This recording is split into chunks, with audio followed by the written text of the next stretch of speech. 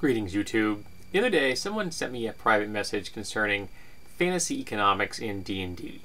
And they asked if I were satisfied with them because they themselves were not. And I completely understand why they aren't satisfied with them. The economics in most fantasy games don't go very deep. They aren't a real reflection of a proper agrarian medieval society.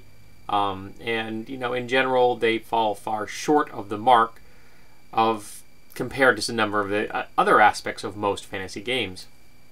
Far more detail and for weapons and spellcasting and things like that, of course, than you find of economics. And there's some good reasons for that. I don't think there are a whole lot of game designers out there that are economists. And there probably aren't a lot of gamers that are economists. There are a few. We have a perennial favorite that shows up on the D&D news group claiming to be an economist and claiming that because he's an economist, that makes him the master of all fields of knowledge. Yeah, he's a joy to argue with. But I think the depth that most fantasy economics go in is kind of shallow. Okay, there is no denying it. But I'll be honest. I don't really find that aspect of the game all that interesting. A certain level of resource management is acceptable to me. Most of the players I've had in games they've wanted to know if they've got involved in business to any depth. They're going to want to know how much does my business cost to operate, how much profit do I make above that, and that's it. That's as far as they're concerned. Occasionally you might get something involving like a trade agreement or tariffs or an embargo, things like that, but it's nothing very deep.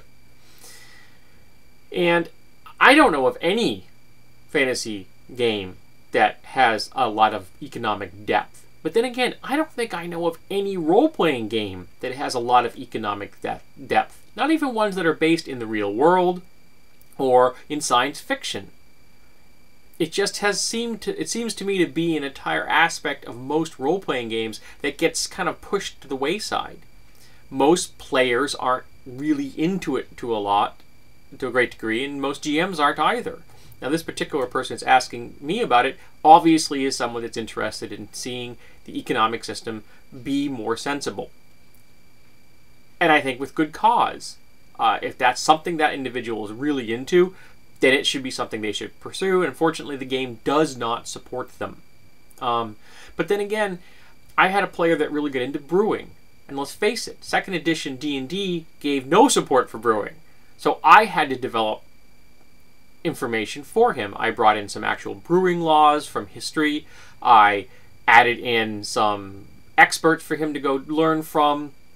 I based the skill off of something I can't remember. Just kind of made it up along the way. This is back before we had a comprehensive skill system, which I am so grateful for.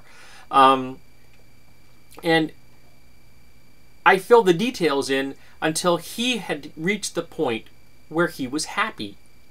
And I knew that because he would pursue it to a certain extent in the game and no further. And he didn't come begging for more. He had reached a saturation level that made him pleased. But for an example, we had an entire session one night, an entire session, where he never rolled a die. He never swung a sword, which was his thing. He was a major accomplished swordsman. He spent the entire game talking about brewing.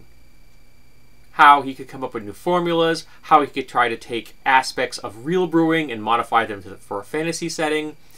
How one of his brews, which he had was a major failure with his fellow humans, but was adored by a number of the not non-human, but demi-humans that were working for them, that were like the goblinoids, the orcs, hobgoblins. They had a number of them working for them, and these guys loved this stuff. So he made tons of it, and they literally ate it up. And that was something that he really got a kick out of. So if economics is something that you really like, then it's probably going to be up to you and the GM to do something about it, because I don't know of any role-playing game that supports it. So I have a question for my viewers out there. Do any of you have any experience with a role-playing game that actually handled economics in any kind of realistic way that is usable? And do you find yourself dissatisfied with economics in fantasy settings or role-playing games in general? And what do you do about it when you encounter that?